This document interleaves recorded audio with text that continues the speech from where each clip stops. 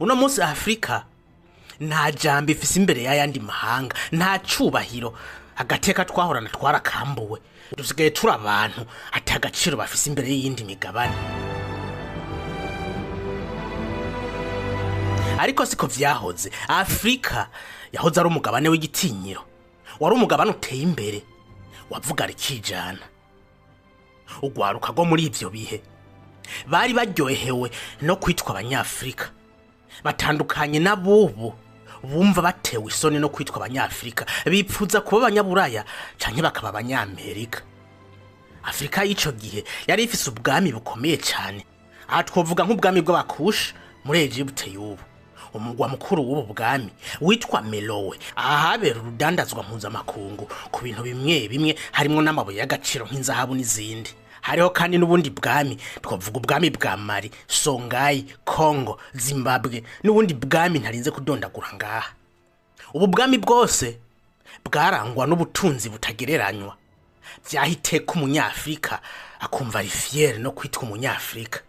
Ubu bwami bwari bufise amakaminuza yatanga ubumenyi atahandi washobora kuyasanga, haba muri Europe, haba muri Aziya. Amerika yo ntiyari bwanabeho. Afrika yari ifise incabwenge, abasava, abashakashatsi, abafilozofe, duhereye kuri Jehudi. Abagira iki bamwita Thoth canke bakamwita Hermes.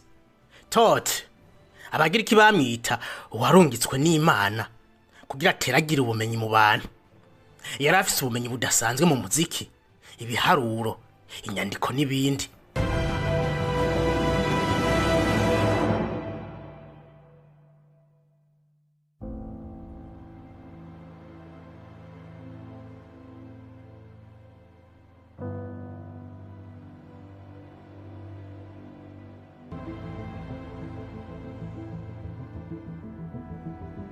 Hariho iyindi ncabwenge yitwa Imhotep. Abaromani bamwita Esculape. Uyu Imhotep yabaye umushikiranganje wa mbere wa Pharaon, kandi yongera kuba ari we mushakashatsi wa mbere yavumbuye ibijanye n'ubuvuzi. Uwo kandi yari afise ubumenyi budasanzwe mu bijanye no kubaka architecture, ubumenyi muri mathématique. Akaba ari nawe yavumbuye ibijanye na courbe avec une abscisse et ordonnée. Abize mathématique muca mu vyumva. Uwo niwe yatanze igishushanyo ca piramide ya mbere yubatswe mu Misiri. Yari incabwenge ikomeye cyane. Yindi ncabwenge twovuga ni Metgene. Ni umushakashatsi mu bijanye n'ibiharuro mathématique. Azwi kuba ari we yatoye ubwa mbere formule y'uburinganire bw'urukiramende. Hariho n'abandi nka Papyrus.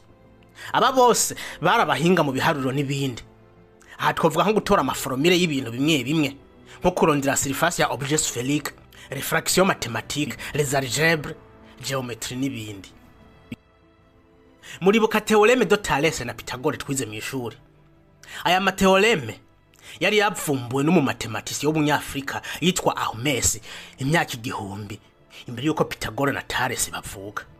Uyu mushakashatsi Hermès yari yaranditse igitabo cyarimo ubupfindo n'amaformule birenga 87, ari nabyo Thalès na Pythagore bifashishije mu kwiyitirira ibyo batavumbuye.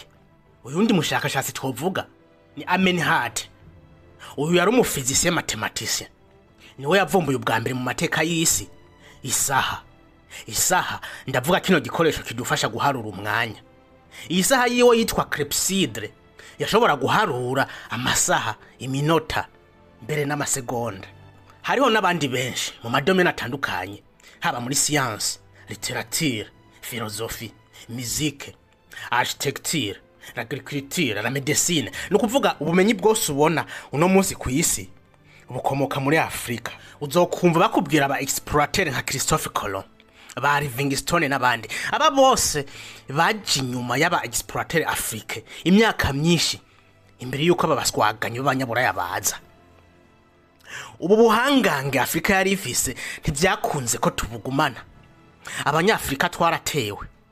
Nkuko nawe babwiye muri video nyinshi, ikigwanisho gikomeye bakoresheje n'ijambo ry'Imana. Kuri aba bazungu utari umukristo wabura umupagani. Kuri bo abazungu nibo bonyene bari mu nzira y'Imana, na yabirabure bakaba abapagani bari mu nzira ya Sekibi. aba badufata nk'udukoko two mw'ishamba atagaciro namba dufise. Kuri bo kwica umwirabure kwari nko kwica agakoko ko mw'ishamba. Ku itariki 8 z'ukwezi kwa mbere mu mwaka w'1454 Papa Nikola wa gatanu yahezagiye ubucakara n'urudandazwa rw'abirabure. Kuva uwo munsi umuntu wese atemera amategeko yiwe yategerezwa kwicwa. Tubisanga mu nyandiko Romanus Pontifex. Abanyafrika batswa amatongo yabo, bakugwa mu miryango yabo, bapakirwa amato bacucukiranye kujya kubitungwa, kandi baboshwe n'ibiziriko n'iminyororo kugira ntagire n'umwe acika. Bakuwe ku mugabane mwiza aho bari babaye mu mahoro n'umunezero, bajanwa gucurwa bufuni na buhoro ku yindi migabane. Batuzaniye Bibiliya itwigisha urukundo, itwigisha gukunda mugenzi wawe nkuko wikunda wewe nyene, ariko nta rukundo bigeze batwereka.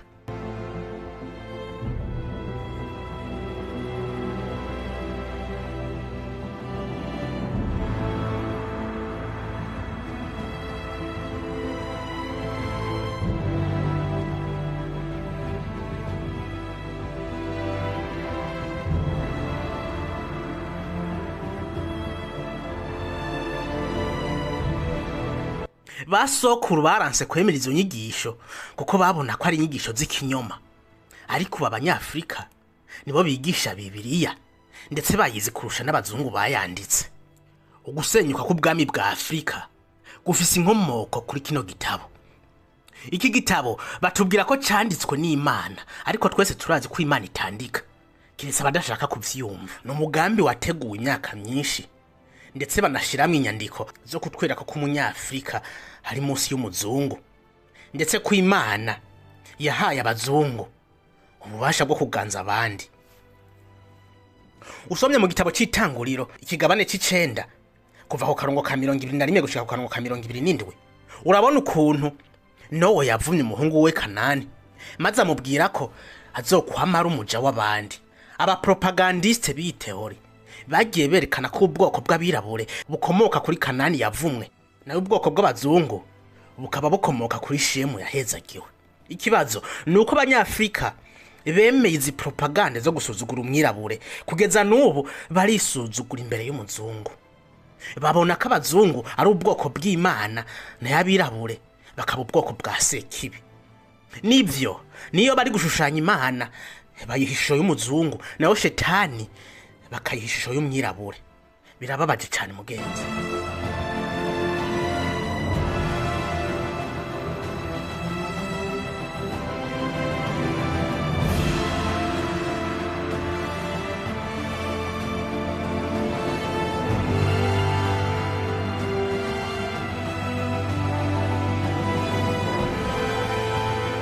Niba uri umukunzi wa Bibiliya ntunyumve nabi, jewe ndiko ndakubwira amateka, ndiko ndakubwira kahise k'umugabane wacu wa Afrika. Sindi ngaha ngo ngwanye decree ya Papa Nikola wa gatanu, canke ngo ngwanye izi teori z'abarasiste bagereranya umwirabure n'inguge.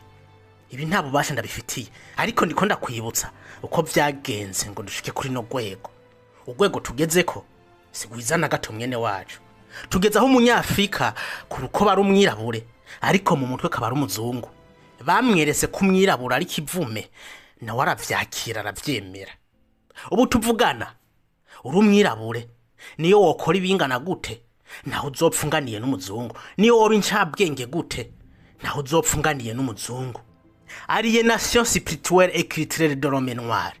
Uwo n'umugambi wateguwe imyaka myinshi kugira basambure Afrika. Iyo bamaze kugutwara karanga bagaca imigenderanire wahora ufitaniye n'Imana yawe, nta na kimwe ubugisigaranye mugenzi. Niko vyagenze abanyafrika, nta kintu na kimwe dusigaranye. Iyo ngeze kuri iyi nkuru umutima wanje uratera cyane. Iyo mbonye amagogo umunyafrika gowe, iyo mbonye agasuzuguro dusuzugurwa n'indi migabane, iyo mbonye ukuntu badufata nk'udukoko two mw'ishamba, bituma nibuka kahise ka Afrika, bituma nsubira inyuma nkihweza neza urugendo twakoze kugira dushike ngaha. Bituma nkumbura Afrika igihe yari kiri umugabane wiyubashe, umugabane utunze, umugabane w'ijunja n'ijambo.